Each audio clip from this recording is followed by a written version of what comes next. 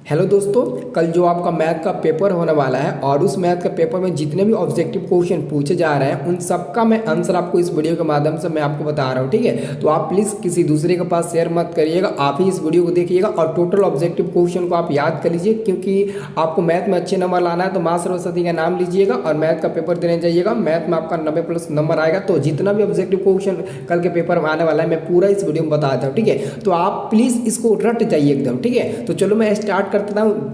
आप लोग वीडियो को लाइक कर दो और चैनल पर पहली बार आए हो चैनल को सब्सक्राइब करो। मैं आपको और भी आपको विषय का मैं दूंगा। ठीक है, तो यहाँ पर आप लोग देख सकते हैं आपके जो पेपर में जितना भी प्रश्न पूछे गए उसमें से आपको 50 का ही उत्तर देना है। ठीक है, तो आप लोग भी उस पेपर में देखना और आपको 50 का ही उत्तर आप लोगों को देना है। ठीक है, तो मैं जो प्रश्न बता रहा हूँ एकदम हूबहू वही प्रश्न मिलेगा। ये मैं आपको 100% चैलेंज के साथ मैं आपको गारंटी देता हूँ। इसको नजरअंदाज मत करना, देख लेना। ये पेपर ओरिजिनल भी हो सकता है। ठीक है, ये पेपर ओरिजिनल भी हो सकता है। यहाँ पर आप लोग देख सकते हो पहला नंबर क्वेश्चन पूछा गया 1/√2 है। तो 1/√2 जो है ना वो एक अपरिमेय संख्या। यहाँ पर मैं ऑलरेडी आपको मैं टिक लगाती हूँ ताकि बच्चे को परेशानी ना हो और मेरे पास उतना समय भी नहीं है और ना ही आपके पास भी समय है, इसलिए मैं आपको आंसर जल्दी जल्दी बताते चलूंगा। ठीक है, दूसरा नंबर क्वेश्चन है यदि अल्फा तथा बीटा द्विघात बहुपद px = x² + 2x + 3 का शून्य हो तो अल्फा इंटू बीटा का मान क्या मिलेगा? 3 मिलेगा। ये 2 नहीं बल्कि 3 मिलेगा। जो मैं गोला का अंदर किया हूँ वही आपका आंसर होगा। ठीक है, अब देखो अगला क्वेश्चन आपका है बहुपद 4x² + 5√2x - 3 के शून्य होंगे। इसका शून्य निकाल कर बताओ। इसका आंसर हमको लगता है कि डी नंबर होगा, लेकिन उतना मेरे पास समय नहीं था कि इसका मैं फैक्टर तोड़कर आपको बताऊं। लेकिन अगला क्वेश्चन देखो, अगला क्वेश्चन आपका दिया गया कि यदि दो संख्याओं का गुणनफल 15,870 है तो उनका मौसा इतना दिया तो उसका लौसा क्या होगा? तो मैंने आपको फॉर्मूला बताया था, पहली संख्या गुणे दूसरी संख्या बराबर क्या होता है? एलसीएम गुणे एचसीएफ। तो यहाँ पर देख सकते हैं इसका आंसर मिल जाएगा 690। आप लोग देख लीजिए, यहाँ पर मैं आंसर ठीक लगा चुका हूँ, 690 मिल जाएगा। अब देखो अगला क्वेश्चन दिया है ए बराबर इतना दिया, बी बराबर इतना दिया, कह रहा है ए बी का मौसा क्या होगा? ए बी का मौसा 180 मिलेगा, निकाल कर आप लोग देख लेना। ठीक है, अब देखो अगला क्वेश्चन है निम्नलिखित में कौन बहुपद नहीं है? निम्नलिखित में कौन बहुपद नहीं है? तो सी नंबर वाला होगा, क्योंकि यहाँ पर जो 4 मान वो बाटा में आ चुका है, इसलिए यह बहुपद नहीं होगा।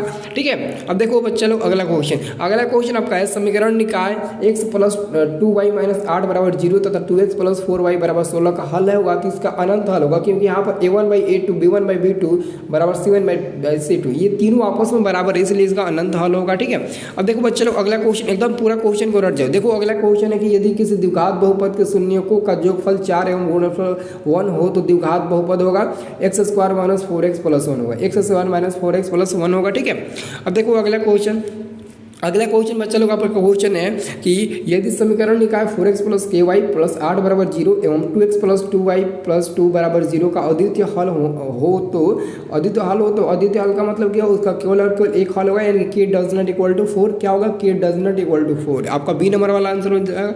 अब देखो अगला क्वेश्चन क्या रहेगा? निम्नलिखित में कौन द्विघात समीकरण है? तो ऑप्शन नंबर आपका डी नंबर वाला होगा, यही द्विघात समीकरण है। बाकी ये आपका द्विघात समीकरण नहीं है, क्योंकि यहाँ पर 4 मान कहीं बाटा में है तो कहीं रूट में, इसलिए यह कभी होगा ही नहीं। ठीक है, अब देखो इसी अगला क्वेश्चन आपका 11 नंबर क्वेश्चन आपका यदि समीकरण ax² + bx + c = 0 के मूल एक दूसरे का व्युत्क्रम हो तो क्या होगा? तो ए बराबर सी हो जाएगा, यानी कि सी बराबर ए हो जाएगा। सी नंबर वाला आंसर मिल जाएगा। ठीक है, एक एक प्रश्न एकदम ध्यान पर बैठाना और कृपया करके आप ही इस वीडियो को देखिएगा, शेयर मत करिएगा, नहीं तो लीक हो जाएगा ये वीडियो। ठीक है, 12 नंबर क्वेश्चन की द्विघात समीकरण x² - 6x + 2 = 0 के मूलों का जो क्या होगा? 6 मिलेगा। देख लेना निकाल कर। अल्फा प्लस बीटा बराबर आप लोग पता है ना, मैंने आपको फार्मूला रख को बताया था, -b/a होता है, तो यहाँ पर आप लोग रख कर बना लेना। ठीक है, अगला क्वेश्चन x = 6 का लेख कैसी रेखा होगी? तो y अक्ष के समानांतर होगी। ठीक है, अगला क्वेश्चन देखिए, अगला क्वेश्चन आपका है 14 नंबर प्रश्न पूछा गया निम्नलिखित में कौन सा नियमक x अक्ष पर का एक बिंदु है? तो 2,0 हो जाएगा। x अक्ष का निर्देशांक x,0 होता है, तो देख सकते हैं यहाँ पर 0 लास्ट में होना चाहिए, तो लास्ट में 0 कोई नहीं है। बाकी यहाँ पर ऑप्शन नंबर ए में 2,0 तो यही आपका हो जाएगा। ठीक है, अब देखो अगला क्वेश्चन पूछा गया यदि एपी का प्रथम पद ए और सर्वांतर डी हो तो उस एपी का एनवा पद का मैंने सूत्र बताया था ना, आपको सूत्र बताया था ना, a + n - 1 × d होता है, मैंने सूत्र आपको बताया था। ठीक है, अब देखो अगला क्वेश्चन आपका 16 नंबर के समांतर श्रेणी 10, 7, 4 का तीसवा पद क्या होगा? इसका तीसवा पद आपको ज्ञात करना है।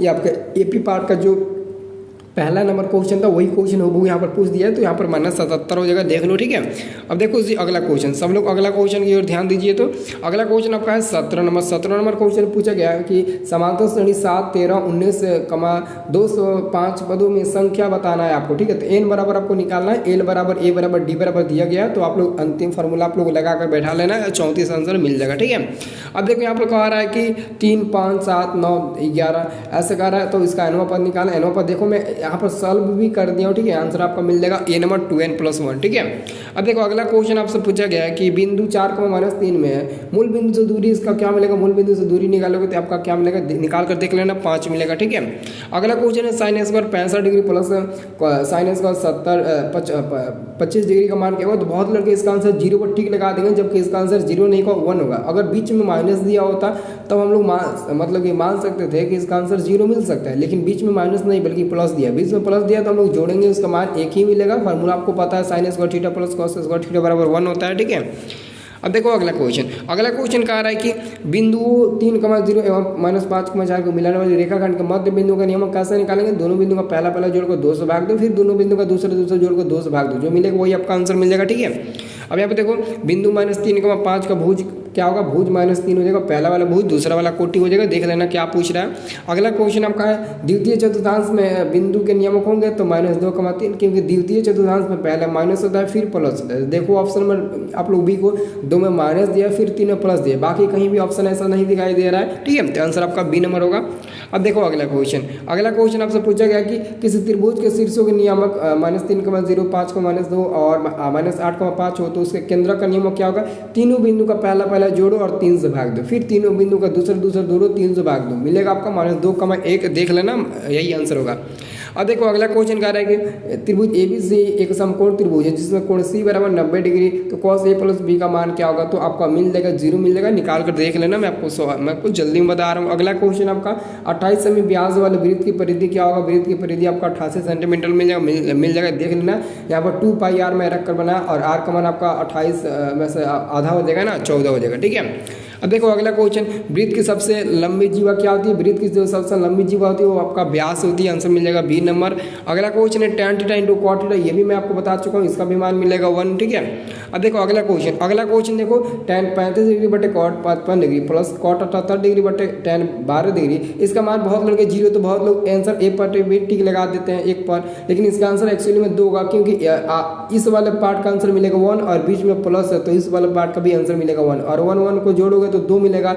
जो आंसर आपका क्या मिलेगा, जो आंसर आपको दिया गया ऑप्शन नंबर यहाँ पर बी नंबर में यही, सॉरी सी नंबर में यही आंसर होगा। ठीक है, अब देखो अगला क्वेश्चन यदि sin A बराबर A बटे B, तब cos थीटा बराबर क्या होगा। sin थीटा बराबर A बटे B दिया है, तो cos थीटा बराबर क्या होगा। यहाँ पर देख लो मैं सॉल्व कर दी हूँ यहाँ पर। ठीक है, यहाँ पर देखो मैं कैसे सॉल्व किया हूँ और आंसर आपका बी नंबर मिल जाएगा। ठीक है, अगला देखो sin थीटा बराबर 1/2, तो cot थीटा का मान कितना होगा। P का मान दिया है, B और H का मान दिया है और B का मान आप लोग निकालो, √3 मिलेगा और आपका आंसर भी हो जाएगा √3 बी नंबर वाला। ठीक है, अब देखो अगला क्वेश्चन आपका 32 नंबर की यदि √3 tan 2θ बराबर 3 हो तो थीटा का मान क्या होगा। देखो थीटा का मान मैं कैसे निकाला हूँ, 60 डिग्री नहीं बल्कि 30 डिग्री होगा, 60 डिग्री नहीं बल्कि 30 डिग्री होगा, निकाल कर देख लो। ठीक है, अब देखो अगला क्वेश्चन, sin 90 - θ क्या होता है। डायरेक्ट फार्मूला sin 90 - θ क्या होता है। sin 90 - θ बराबर क्या होता है, सॉरी sec 90 - θ है ना, तो cos θ होगा। sec 90 - θ क्या होगा, cos θ होगा। ठीक है, अब देखो अगला क्वेश्चन है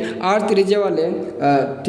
त्रिज्या वाले वृत्त में थीटा कोण के त्रिज्या खंड के क्षेत्रफल क्या होगा। तो थीटा बटे 360 डिग्री πr², देख लो थीटा बटे 360 डिग्री πr², यही है। मैं आपको बताया था थीटा बटे 360 डिग्री πr², देख लो थीटा बटे 360 डिग्री πr², यही है। अब देखो अगला क्वेश्चन कह रहा है कि दो वृत्तीय क्षेत्रफलों का अनुपात 9 और 4 का अनुपात में उनकी परिधियों का अनुपात क्या होगा। तो इसको रूट में करके बाहर निकाल दो, 3 और 2 मिल जाएगा, 3 अनुपात 2। ठीक है, अब देखो अगला क्वेश्चन आपका क्या कर, अगला क्वेश्चन कर रहा है r त्रिज्या वाले अर्धगोले का संपूर्ण पृष्ठ का क्षेत्रफल। देखो r त्रिज्या वाले अर्धगोले का अगर संपूर्ण पृष्ठ क्षेत्रफल पूछे तो 3πr² बताना। अगर केवल पूछे कि अर्धगोले का पृष्ठीय क्षेत्रफल तो आप लोग 2πr² बताना। ठीक है, लेकिन अर्धगोले का संपूर्ण कह दे तो 3πr² होगा। ठीक है, अब देखो अगला क्वेश्चन पूछा गया कि किसी बेलन की आधार की त्रिज्या 2 सेंटीमीटर है और ऊंचाई आपका दिया 14 सेंटीमीटर, तो उसका आयतन क्या होगा। मैं देखो आयतन कैसे निकाला हूँ, आयतन होता है πr² एच और मान रखो, आर का मान दिया, एच का मान दिया, रखकर बनाओ 176 समी क्यों मिल जाएगा। ठीक है, अब देखो अगला क्वेश्चन कह रहा है कि यदि किसी गोले का व्यास 14 सेमी है तो इसका आयतन क्या होगा। देखो आयतन मैं कैसे निकाला हूँ, 4312/3 मिल जाएगा। ठीक है, सेमी क्यूब में। ठीक है, यही आपका गोले का आयतन हो जाएगा 14 सेमी व्यास वाले। ठीक है, अब देखो अगला क्वेश्चन आपका क्या है, यहाँ पर अच्छे से देखो। अगला क्वेश्चन आपका एक शंकु के आधार की त्रिज्या 5 सेंटीमीटर और उसकी ऊंचाई कितने दिया, 12 सेंटीमीटर। इसका वक्र पृष्ठीय क्षेत्रफल, तो शंकु का वक्र पृष्ठीय क्षेत्रफल क्या होता है, सबको पता का। शंकु का वक्र पृष्ठीय क्षेत्रफल क्या होता है, तो पाई आर एल प्लस क्या होता है, पाई आर एल प्लस पाई नीचे वाला का क्या हो जाएगा, पाई आर एल स्क्वायर हो जाएगा। ठीक है, तो चलो इसका आंसर सॉल्व कर लेना। ठीक है, यहाँ पर सबसे पहले आपको तिर्यक ऊंचाई निकालना होगा। तिर्यक ऊंचाई आप कैसे निकालेंगे, अंदर रूट में H square plus R square आराम से निकालोगे तो तिर्यक ऊंचाई 13 मिल जाएगा।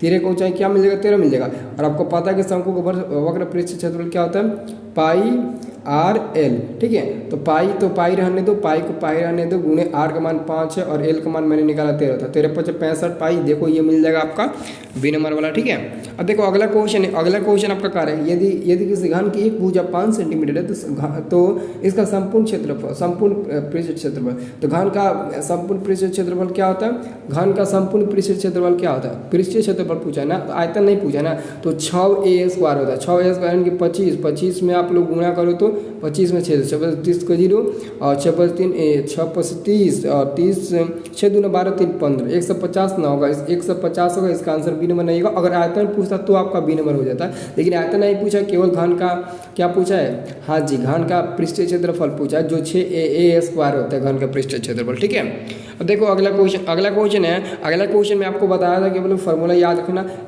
प्रथम विषम प्रकृत संख्या पूछे तो आप n का स्क्वायर रख कर बनाना। n का मान 20 है, 20 का स्क्वायर करो आपका 400 आंसर मिल जाएगा। देखो यहाँ पर आपका बी नंबर वाला नहीं मिलेगा। अगर यहाँ पर कह दिया n प्रकृत संख्या केवल कह देगा तो आपका आंसर मिल जाता है, लेकिन n प्रकृत संख्या नहीं कह रहा है, n विषम संख्या कह रहा है ना, इसलिए आपका आंसर बी नहीं बल्कि सी नंबर वाला मिलेगा 400। ठीक है, 400 पर टिक लगाइएगा। अगला क्वेश्चन यहाँ पर दिया है, इतना दिया गया, पूछ रहा है इसका बहुलक होगा। बहुलक निकाल कर देख लो, 3 मिलेगा क्योंकि सबसे ज़्यादा बार अंक आपको 3 दिखाई दे रहा होगा। देखो यहाँ पर भी, यहाँ पर 4 बार आपको 3 दिखाई दे रहा है, यानी कि सबसे ज़्यादा संख्या में 3 उपलब्ध है, इसलिए आपका आंसर 3 हो जाएगा। अब देखो कह रहा है कि ए और बी का समांतर माध्य a + b/2 दोनों को जोड़कर 2 से भाग दे दो, आपका समांतर माध्य निकल जाएगा ए और बी का। ठीक है, अब देखो अगला क्वेश्चन आपको कह रहा है कि किसी ब्रह्मता सारणी का माध्य और बहुलक कितना 28 और 16 है, तो माध्यिका क्या होगा, तो आपको बहुलक बराबर 3 माध्यिका - 2 माध्य बताए थे ना, तो 16 बहुलक हो जाएगा। तो माध्यिका निकालना है, उसको x मानो तो 3x - 2 × 28 हो जाएगा। ठीक है, तो ये 16 में से हम 56 आकर इधर जोड़ देंगे तो आपका हो जाएगा 72 और बराबर 3x, तो ये 24 बार में कट जाएगा तो आपका 24 मिल जाएगा x का मान, यानी कि वो आपका माध्यिका कहलाएगा। ठीक है, चलो अब देखो अगला क्वेश्चन माध्यिका पूछा गया। तो सबसे पहले इन अंकों को हम लोग बढ़ते क्रम में सजाएंगे, तो बढ़ते क्रम में मैंने सजा दिया और इधर से 3 अंक और इधर से 3 अंक मैंने काट दिया, बीच में मिला 5 और 5 आंसर भी मेरा हो गया। ठीक है, अब देखो अगला क्वेश्चन कह रहा है कि निम्नलिखित में कौन सी संख्या घटना की प्रायिकता नहीं हो सकती है। देखो कभी भी घटना की प्रायिकता 1 से ज़्यादा नहीं होती है और ना ही 0 से कम होती है। 0 से कम यानी कि माइनस में चला जाएगा, 1 से अधिक यानी कि 1.5। देखो ये आपका प्रायिकता का मान नहीं हो सकता है, आंसर यही होगा। ठीक है, अब देखो अगला कह रहा है निश्चित घटना की प्रायिकता का मान क्या होती है। देखो एक निश्चित घटना की प्रायिकता का मान 1 होती है, एक निश्चित घटना की प्रायिकता का मान क्या होती है, 1 होती है। ठीक है, अब देखो जी अगला क्वेश्चन आपसे पूछा गया है कि एक ठोस गोले को जिसकी त्रिज्या 9 सेंटीमीटर पिघलाकर एक ठोस बेलन बनाया गया है जिसकी त्रिज्या 9 सेंटीमीटर, तो बेलन की ऊंचाई 18 सेंटीमीटर मिलेगा। बेलन की ऊंचाई क्या मिलेगा, 18 सेंटीमीटर मिलेगा। ठीक है, अब देखो अगला क्वेश्चन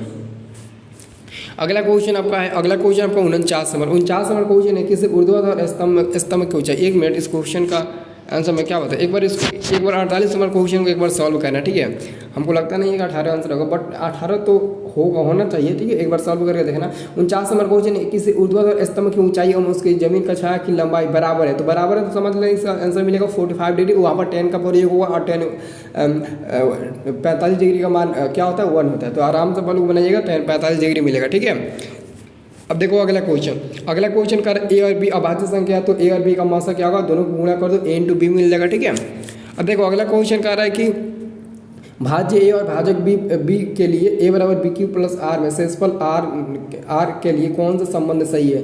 तो ऑप्शन नंबर सी वाला होगा, 0 less than equal to R less than B, यानी कि आर का मान 0 या 0 से बड़ा हो सकता है और उधर आपका बी से छोटा हो सकता है। मान लेते हैं कि अगर मान लेते हैं यहाँ पर आपका 3 हो गया, 3 लेस देन आर और यहाँ पर आपका हो गया 5, तो आप समझ सकते हैं इसका आंसर क्या होगा। इसका आंसर 3 भी होगा और साथ में 4 भी होगा, लेकिन इधर से 5 नहीं होगा, 5 नहीं होगा क्योंकि कह रहा है 5 से छोटा यानी कि 4, और इधर कह रहा है 3 या 3 से बड़ा, तो 3 और 4 हो जाएगा, ठीक है, बड़ा, ठीक है। अब देखो अगला क्वेश्चन आपका 52 नंबर है कि द्विघात समीकरण 2x² - 6x + 7 = 0 का मूलों की प्रकृति क्या होगा? अवास्तविक होगा, क्योंकि यहाँ पर मान हमको मिल रहा है माइनस में डी का मान, यानी कि डी का मान जो है वो 0 से भी छोटा मिल रहा है, ठीक है। तो हम कह सकते हैं कि मूल अवास्तविक होगा, कोई उसका अस्तित्व नहीं रहेगा, ठीक है। अब देखो अगला क्वेश्चन आपका कह रहा है कि यदि 3θ = 90 डिग्री तो cos θ का मान क्या होगा? देखो मैं कैसे बनाया, यहाँ 3 से 90 कर देगा 30 बार में, और cos 30 का मान आपका मिल जाएगा √3/2, ठीक है। तो बाकी का ऑब्जेक्टिव क्वेश्चन दोस्तों में ज़्यादा समय लग जाएगा और उतना समय आपके पास नहीं है। एक काम करो, वीडियो को डिस्क्रिप्शन में आपको एक लिंक दिया, उस लिंक पर क्लिक करोगे तो सब्जेक्टिव क्वेश्चन का भी सोल्यूशन मिलेगा और साथ में ये पेपर भी आपको मिल जाएगा, और इसका बाकी जो अभी ऑब्जेक्टिव क्वेश्चन छूटा हुआ है वो भी मैं आपको वहाँ पर दे दिया हूँ। आप सब में टिक भी लगा चुका हूँ कि आप लोगों को कोई दिक्कत नहीं हो, जाओ फटाक से डाउनलोड कर लो, ठीक है। और माँ सरस्वती का नाम लेकर पेपर देने जाना, सब लोग कमेंट करके बताओ जय माँ सरस्वती, जय माँ सरस्वती, सब लोग कमेंट करो तो वीडियो में, ठीक है। और साथ में आप लोग चैनल को भी सब्सक्राइब कर लेना, ठीक है, क्योंकि आपको संस्कृत में मैं अच्छे नंबर दिलवाऊंगा, ठीक है। संस्कृत में आपको मैं अच्छे नंबर दिलवाऊंगा क्योंकि आपका संस्कृत बहुत ही कमजोर है और आप लोग का कंप्लेंट भी आ रहा है कि सर मेरा संस्कृत बहुत ही कमजोर है, ठीक है।